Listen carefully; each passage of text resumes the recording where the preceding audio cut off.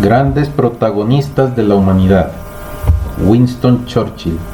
Libro biográfico de 1985, de Editora 5, Bogotá, Colombia. Capítulo 3, parte 5. La crisis Tory. Antes, en 1901, el viejo Lord Salisbury tuvo que salir al fin, por razones de salud, del número 10 de Downing Street. Le sustituyó al frente del gobierno Arthur James Balfour, que pesaba muchísimo menos que él. De un lado, el partido Tory estaba cada vez más dividido en cuanto a los grandes problemas del momento. De otro lado, se hacía evidente que no era capaz de asumir las profundas corrientes que agitaban a la opinión pública. Los ingleses se alejaban cada día más de los conservadores para conceder su favor a los liberales. Churchill era más sensible que nadie a este fenómeno y vio que continuar navegando en el buque Tory significaba exponerse a naufragar con él. Muy en especial, los problemas económicos y financieros que siguieron a la guerra en África del Sur planteaban la cuestión de la reforma fiscal y junto a ella la de aduanas.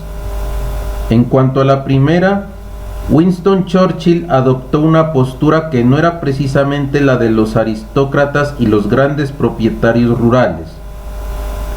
En la segunda se declaró librecambista, mientras Balfour y sus amigos seguían la doctrina de la preferencia imperial, bastante comparable con el principio del arancel exterior común, hoy en vigor en la Comunidad Económica Europea.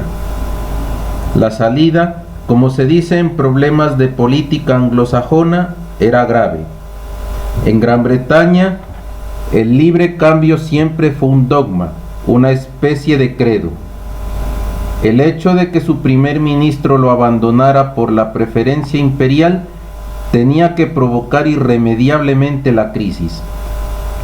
El 9 de septiembre de 1903, Joseph Chamberlain dimitió y al dejar el ministerio provocaba una verdadera cascada de dimisiones.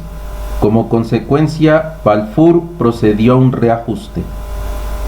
En realidad, el primer ministro creía haberse desembarazado de las dos alas más turbulentas de su gabinete, los librecambistas y los unionistas, esto es, los partidarios de una solución de fuerza en Irlanda.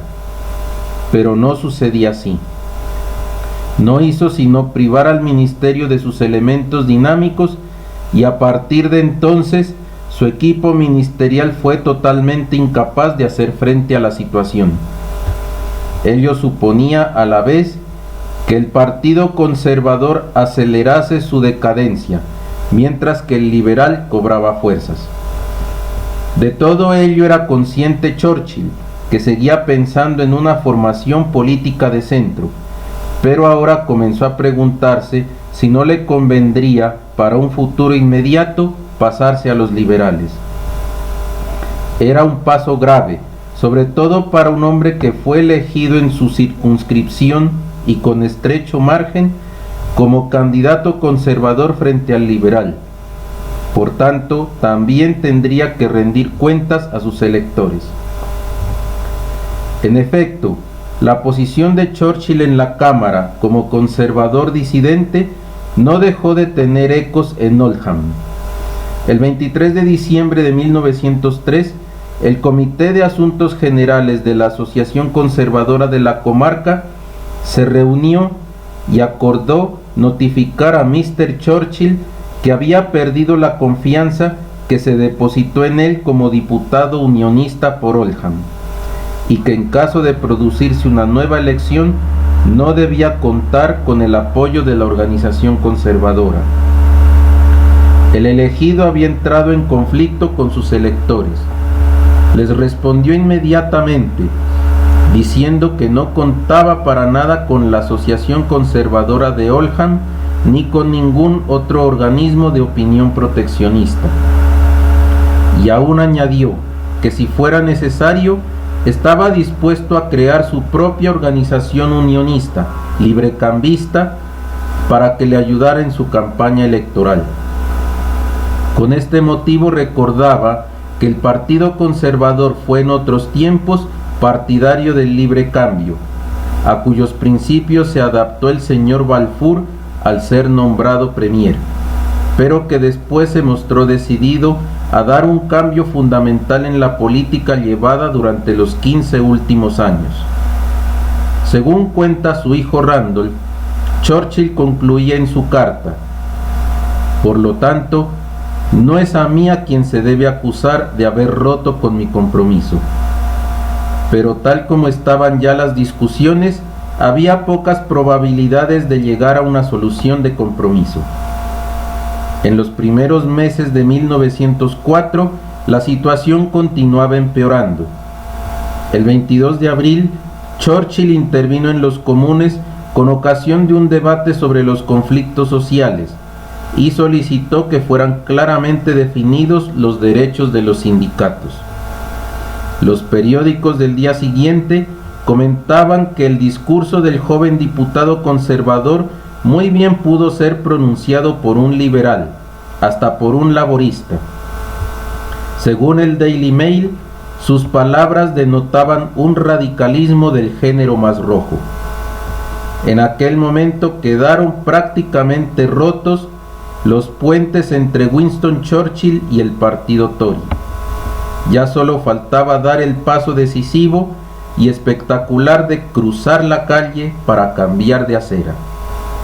El salón de sesiones de los comunes es rectangular. A un lado y otro se levantan las gradas con los escaños.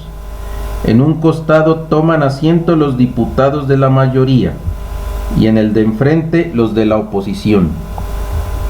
Ha sucedido en contadísimas ocasiones que un miembro de los comunes cambie de partido en plena sesión, y a eso se debe que el hecho de cruzar la calle adquiera un carácter dramático. Sin embargo, se produjo el 31 de mayo de 1904, como lo cuenta Randolph. Churchill entró en el salón de sesiones de la Cámara de los Comunes. Se detuvo un instante en la barrera, miró por un momento los bancos de los gubernamentales y los de la oposición. Enseguida se adelantó rápidamente hasta llegar al speaker. Le saludó con una inclinación de cabeza y giró sin más hacia la derecha, dirigiéndose a los bancos de los liberales. Tomó asiento al lado de Lloyd George, en el escaño que su padre había ocupado cuando estaba en la oposición. El mismo desde donde Lord Randolph agitó jubilosamente su pañuelo para aclamar la caída de Gladstone en 1885. La iniciativa tomada por el diputado por Oldham causó una extraordinaria sensación. En los pasillos de la Cámara no se hablaba de otra cosa. Los ambientes parlamentarios servían y al día siguiente la prensa le dedicó columnas enteras. La opinión se mostraba unánime en un punto: Churchill había cometido un grave error. Al otro día, Henry Lucy escribía en su periódico: se puede dar por descontado que Winston Churchill se hará tan desagradable para los liberales como lo fue para los unionistas, y que se verá trabado por la aversión que siempre despierta un hombre que, por honorable que sea, cambia de chaqueta. Además, tendrá como rivales en la competición por los cargos a otros hombres mucho más capaces que él, de su misma edad, y que, habiendo sido fieles al liberalismo, se enfadarían si se vieran desplazados por un recién llegado a su campo. Cabe epilogar muy ampliamente aquel cambio de chaqueta. Los turiferarios de Churchill verán en él, por otra parte, un arranque de valor, venido de un aristócrata que se da cuenta de que su clase comienza a traicionar unos nobles ideales, los del progreso humano y de la justicia social, y encomiarán la clarividencia que va a permitirle entregarse a fondo al servicio de su patria. Pero en nuestra historia contemporánea, Winston ha conquistado una dimensión de tal manera impresionante que muy bien puede prescindir de cualquier adulación. Parece más cierto que su paso desde el campo conservador a las filas de los liberales es el acto de un ambicioso desatado que presiente la caída de su partido y la ascensión de las ideas defendidas por sus adversarios. Se da clara cuenta de que ellos sí que caminan en la dirección de la historia.